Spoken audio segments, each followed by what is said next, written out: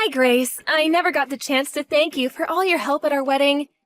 Thanks to you, it went perfect. Oh, you're welcome. Oh, and your speech was wonderful. I wish Joan's dad was with us to make the speech. If he was alive, he would have made a better one.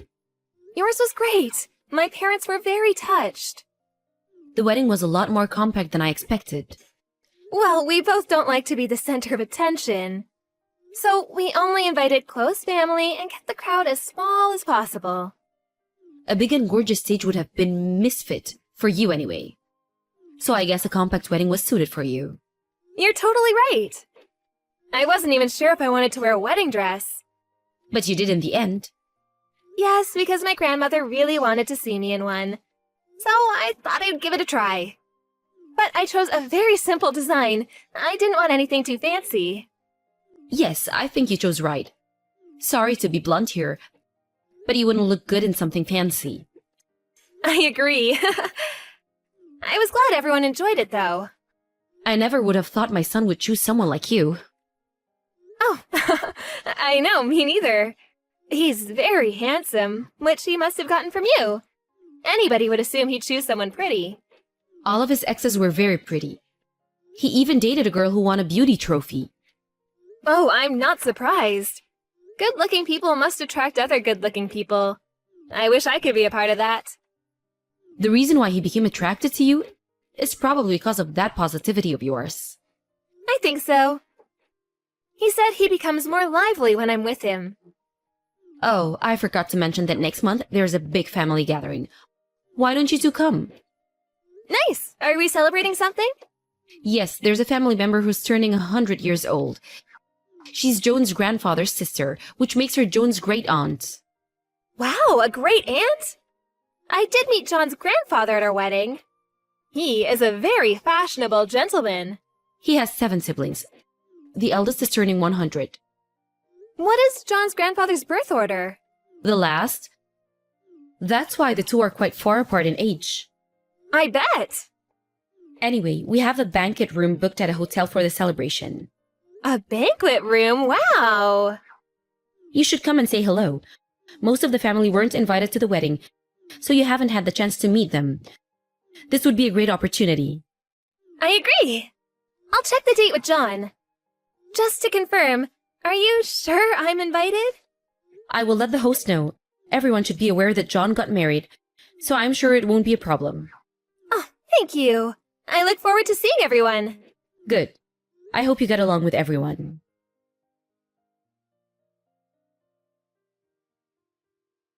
How was the gathering for you last night? You seemed quite nervous. Good morning. Oh, yes, I was very nervous to meet everyone, and I was astonished. How come everyone in the family is so good-looking? I know. I was surprised when I joined the family as well. Everyone has a very pretty face. It made my heart race. I felt completely out of place. You would actually stand out among such good-looking people. As in, a bad way. I think I kinda did. Makes you lose your confidence, doesn't it? You must have felt alien, or even miserable. Maybe... Do you regret that you got married into this family? I mean, I was a little embarrassed. But I didn't feel alien. You don't have to act strong. I'm sure. Because everyone was so nice to me. The younger member of the family went out for more drinks afterwards. We all became good friends. We were calling each other by nicknames by the end of the night. Or should I say, by the morning? We stayed out so long, I just woke up. Huh? You became that close with them? With my family? Yes, we exchanged contacts and everything. We also created a group chat. I'm so glad you asked me to join the gathering. That's not right. Beg your pardon? That's not right. Why did you get close to them? What? Grace, what's wrong? You do not fit in the family. A decent person would realize and want a divorce. How the hell can you not see someone as ugly as you don't belong? Ugly? I'm referring to you. Why is my son married to such a pig? You're not welcomed. Oh, Grace, calm down. How did you do it? Huh? I'm asking you how you tricked my son to marry you. Surely you had to. Do you have something on him? What? No! We're together because we fell in love. I had never tricked him. How could I have that kind of technique? My experience with men are so limited. I don't believe you. That can't be. Who would fall in love with a person like you? You're ugly. You give me chills. What did you do to marry John? I refuse to accept you as my daughter-in-law. Wow. So the truth comes out. I didn't know you thought of me that way. I mean, I did know that you always kept your distance, but I see now that you never liked me. When first John introduced you to me, I was so shocked that I nearly fainted. I couldn't help but wonder if John was having issues with his vision. I do realize that my appearance is far from attractive, but John loves me for who I am inside. If you know that, you're unattractive. How can you allow yourself to be with John? Get a divorce. I don't want to do that. You might not believe this, but we are very happy together. Everyone in the family said that John seems much happier than before. You heard them too, didn't you? That's only because he's still excited about being a newlywed. It will die down in a matter of time. Then he will deeply regret he married an ugly person like you. Oh, well, I don't know. I am. He'll regret it for sure. If John doesn't want a divorce now, so be it. For now, though. You must be perfect at housekeeping. You're not good enough to be his wife, so at least be sure to take care of all the chores. That's the only thing you can provide him. Housekeeping? Duh, that's the least you can do. Okay. I'm not very good at housekeeping, but I'll do my best.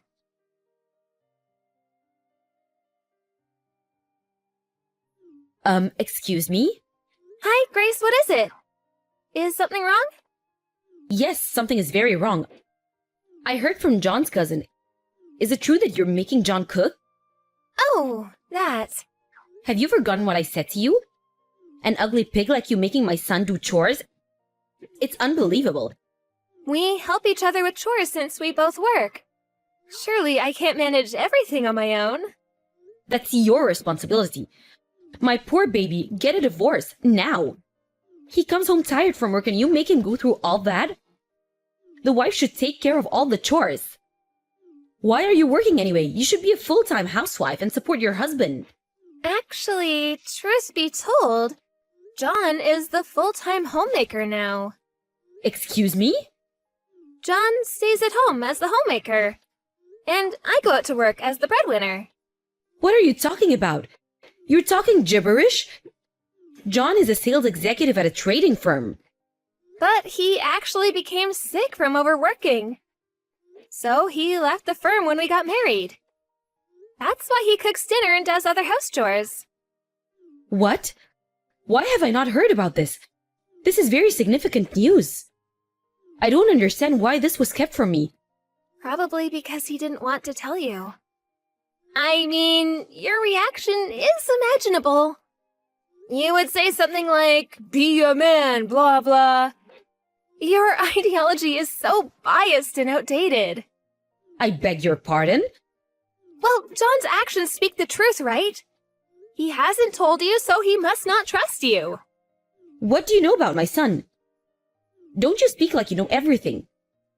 John has sometimes spoken about you, and they were mostly negative. What? How so? That you were a lazy, stay-at-home mom. You never worked and yet spent so much of what your husband had earned without even doing any house chores. And that you were an arrogant, unlikable person. John said that? Yes, he did to me. So I think that John may not like you that much, Grace. That can't be. You're lying to me. You're lying to me about everything, including that you're the breadwinner. You're trying to deceive me. No, it's the truth. I am in a directive position of an international firm. I make plenty to pay for the both of us. That's not reason enough for my son to be a homemaker. John didn't like working in an organization. He really hated his environment where he had to show up at this office every day. He worked for his living, but one day his heart couldn't tolerate it anymore.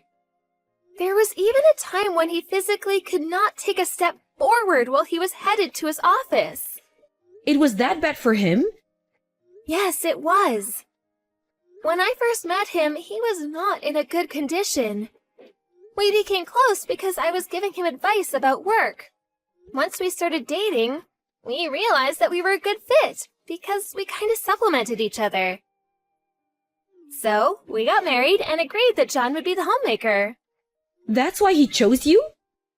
The current lifestyle suits him. He seems much happier nowadays. You, a director at an international firm? Do you think I can actually believe that?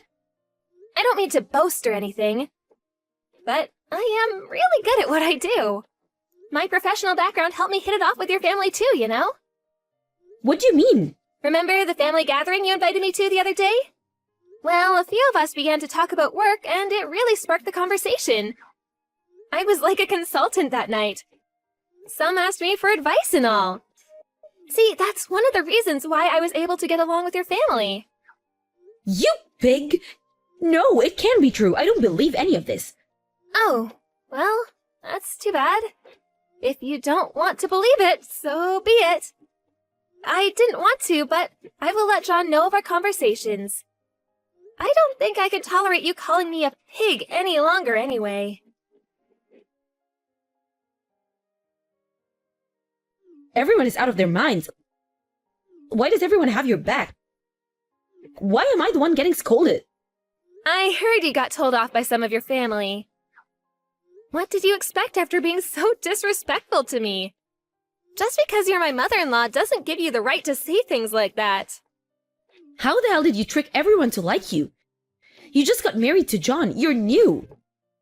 Oh, did I never tell you? I am really talented at that. I'm very likable.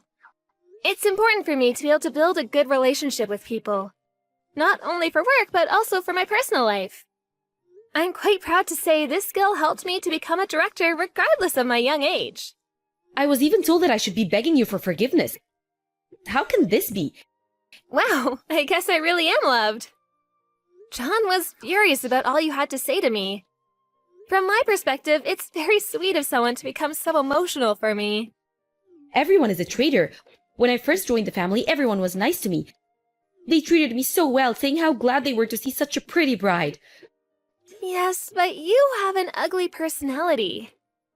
And people get used to seeing a pretty face after a while. Who are you calling ugly? Someone as ugly as you can't call someone else ugly. You know, people try to avoid something unattractive. In my case, my personality made up for my unattractiveness. So I always had people around me. In your case, though, your face wasn't enough to make up for your personality. That's why no one is around you anymore. That's how ugly your personality is. Shut your mouth, you pig. John is very disappointed in you. He said he didn't want to contact you anymore, or even see you. What? He can't cut me loose like that. You don't mean he's leaving his old mother? Honestly, we both don't want anything to do with you. It's so unfortunate. All your family are so nice. How did you end up like that? Don't talk to me like you know better. I will not take that from you. See, that's what I mean by ugly personality. You think you can say anything just because you're pretty? Well, you should know, life is not that easy. Are you scolding me? A petty girl like you? You may be older, but clearly I am much more aware of how the world works. You should feel ashamed you are getting scolded by someone younger than you. I hope one day your heart and face balances out. Grace was not able to redeem herself from her bad reputation in the family. On the contrary, John and I became even closer with the other family members. Grace couldn't stand it, so she stopped contacting everyone, hoping that somebody would worry and eventually call her, but no one did. Grace became desperate and wrote a letter to John, claiming he should be worried about her. The only way she could contact him was through a letter because he was ignoring all her messages. But that letter too was torn and thrown away by John.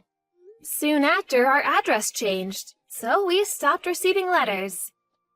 Recently, most of our family has forgotten about Grace.